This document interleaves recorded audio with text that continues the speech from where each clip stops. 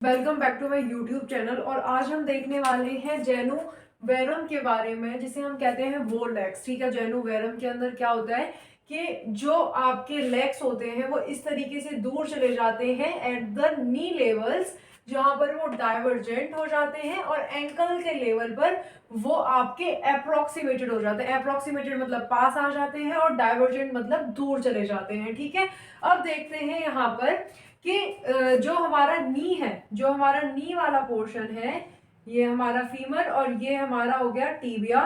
तो ये हमारी नॉर्मल अरेंजमेंट है नी की, जहां पर हम देख रहे हैं कि दोनों के बीच में यहाँ पर जो साइनोवियल फ्लूइड है, यहाँ पर इक्वल डिस्टेंस है। ठीक है, बट अब क्या होगा जब हमें इस तरीके से दूर जाना है, तो क्या होगा कि इस तरफ से फोर्स लगेगी। ठीक है, इस तरफ से ऐसे फोर्स लगेगी, तो क्या होगा कि ये थोड़ा सा ऐसे चला जाएगा। ओके, तो यहां से क्या होगा, ये ऐसे नहीं, ये थोड़ा सा ऊपर की तरफ उठ जाएगा। ओके, और ये थोड़ा सा इस तरफ दबाएगा। ठीक है, तो न्यू जो अरेंजमेंट होगी वो कैसे होगी कि ये यहां से उठ गया और ये यहां पर कंप्रेस हो रहा है। ओके, तो यहाँ पर हमें क्या देखने को मिल रहा है कि ये वाला जो एरिया है, जो आपका लेटरल साइड है, वहां के साइनोवियल फ्लूइड में और मीडियल साइड के साइनोवियल फ्लूइड में और बॉन्ड अप्रोक्सीमेशन में, ठीक है, ये देखो बहुत फर्क आ गया ना यहाँ पर। तो ये इक्वल अरेंजमेंट नहीं रही यहाँ पर। तो यहाँ पर क्या हो रहा है कि थोड़ा सा ये यहाँ से ऐसे जाएगा ना। ओके, तो ये यहाँ पर थोड़ा सा ऊपर उठ रहा है और यहाँ पर स्पेस इंक्रीज हो रहा है और यहाँ पर ये पास आ रहा है। तो क्या हो रहा है कि यहाँ पर आपकी कंप्रेसिव फोर्सेस लग रही हैं। ठीक है, क्योंकि इस तरफ कंप्रेस करेगा तभी तो ये दूर की तरफ जाएगा, और यहाँ पर आपकी डिस्ट्रैक्शन फोर्स लग रही है जहां पर कि दूर जा रहा है। ठीक है, तो ये होता है आपका बोलेक्स या फिर के जेनोवेरम। ओके, अब हम देखते हैं इसके कॉजेस क्या होंगे और इसके क्लिनिकल फीचर्स और ट्रीटमेंट क्या होगा।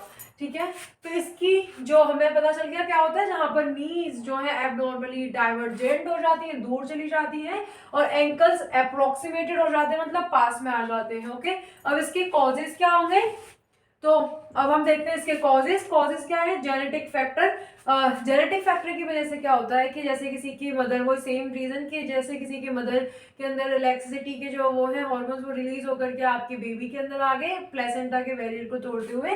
तो यहाँ पर आपका जेनेटिक फैक्टर वो भी रीजन हो सकता है। दूसरा है आपका सेरेब्रल पाल्सी, जहाँ पर क्या आपका न्यूरो सिस्टम ही पूरा हिल जाता है, तो वहां पर जो है वो जेनुवेरम गेट देखने को मिलता है, जेनुवेरम आ जाता है, जिसकी वजह से कि गेट भी चेंज हो जाता है, नीज के अंदर पेन रहता है पेशेंट के, और क्वाड्रिसेप कॉन्ट्रैक्शन अगर देखने को मिलेगा तो भी वो एक बहुत मेजर रीजन हो सकता है जेनुवेरम का।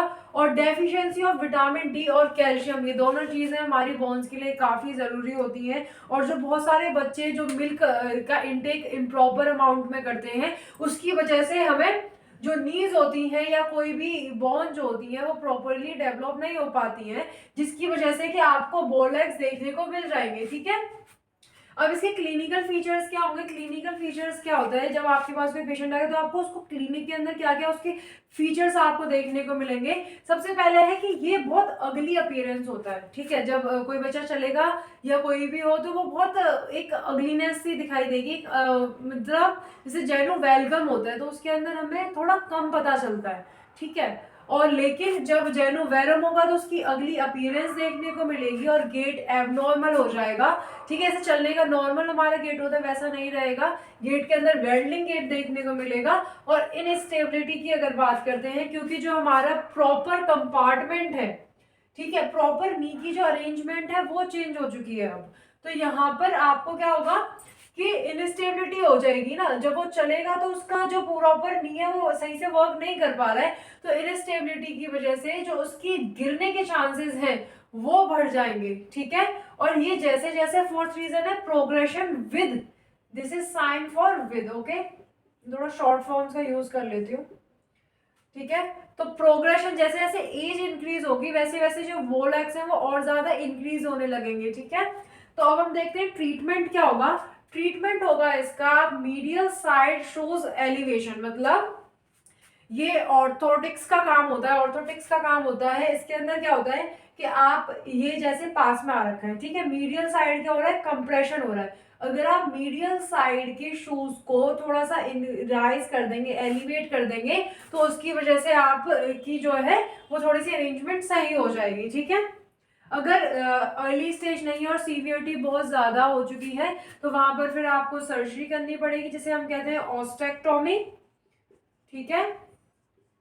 और फिर physical therapy and management of underlying disease, जैसे कि अगर रिकेट्स या सेरेब्रल पाल्सी की वजह से जेनोवेरम देखने को मिल रहा है तो वहां पर हम उस वाली डिजीज को पहले कंट्रोल करने की कोशिश करेंगे, जिसके बाद जो जेनोवेरम है वो अपने आप कंट्रोल में आने लग जाएगा, ठीक है।